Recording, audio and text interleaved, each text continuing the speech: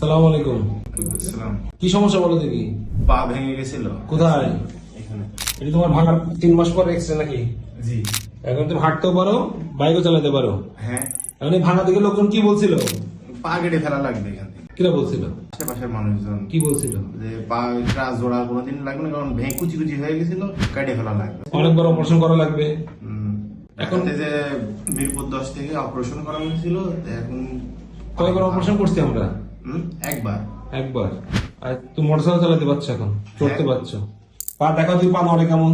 নড়াচড়া বলছিলাম, নড়াচড়া একটু কম করতেও পারে, কিন্তু নড়াচড়া করতে পারছো তুমি। 3 মাস হয়েছে। হিটে দেখাও একটু। হাঁটতে পারছো? হ্যাঁ খুশি মোটামুটি? হ্যাঁ, অনেক খুশি।